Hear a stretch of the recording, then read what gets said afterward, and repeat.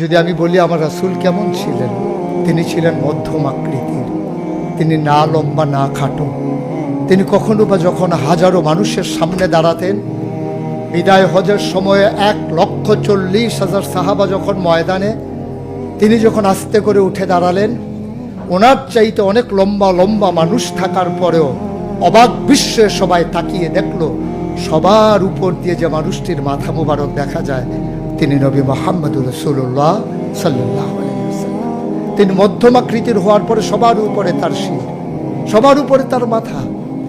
সবাই অবাক বিস্ময়ে তাকিয়ে দেখলেন তার চুলগুলো হালকা হালকা কোঁকড়ানো।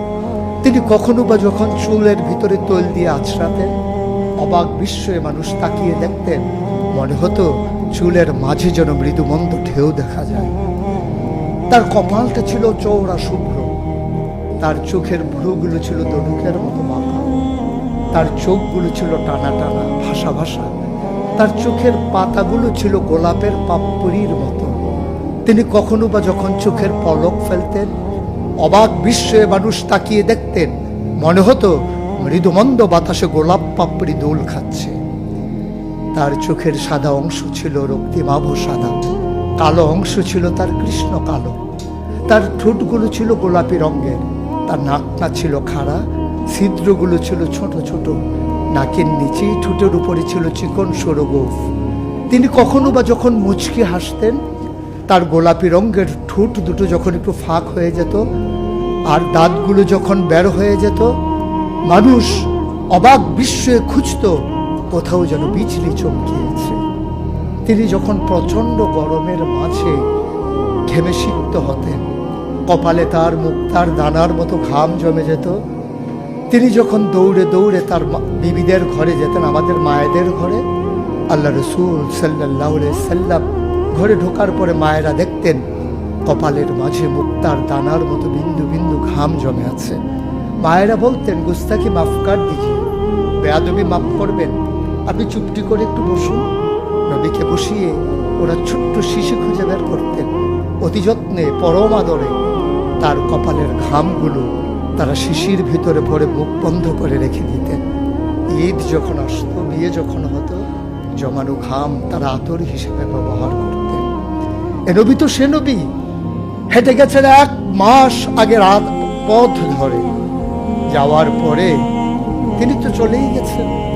1 মাস পরে যখন আবার ওই পথ মারিয়ে কোনো এক সাহাবা যাচ্ছেন, স্থানীয় বাসিন্দা যারা রাস্তার কিনারে যাদের ঘর, তাদেরকে ডেকে বললেন, ভাইরা এ পথ দিয়ে কি আমার নবী হেঁটে গেছে কখনো?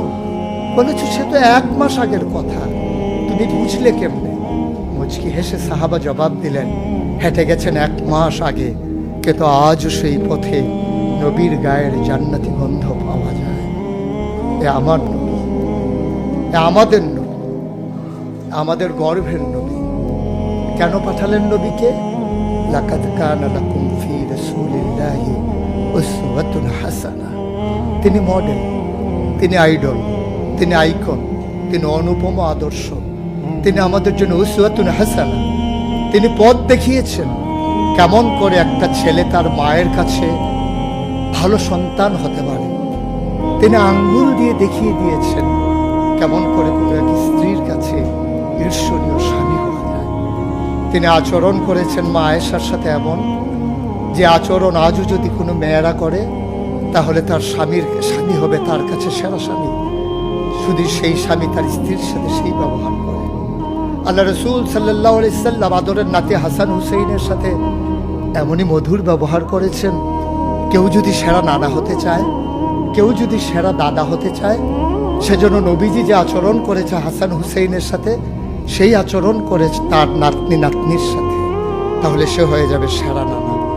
কেউ যদি আদর্শ শিক্ষক হতে চান, কেউ যদি হতে চান উত্তম আদর্শের অনুসারী, তাইলে আল্লাহ রাসূল সাল্লাল্লাহু আলাইহি সাল্লামকে আল্লাহ নিজেই জানিয়ে দিলেন যে আমি তো আপনাকে দান করেছি ইন্নাকা লাআলা খুলুকিন আযীম, আপনি হচ্ছেন উত্তম থেকে উত্তমতর চরিত্রের অধিকারী।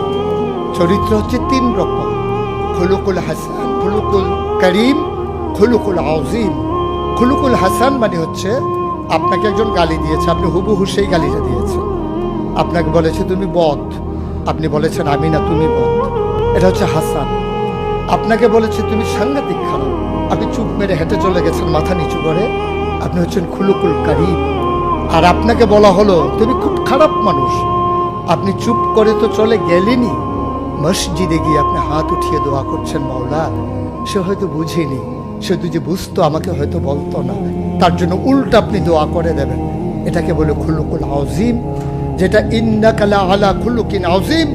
আল্লাহ বলছেন, ও নবী, আমি হলাম সর্বোত্তম মর্যাদার অধিকারী, আর আপনি হচ্ছেন সর্বোত্তম চরিত্রের অধিকারী। সুতরাং যার কোনো তুলনা হয় না, তুলনা মেলা ভার, জুড়ি মেলা ভার।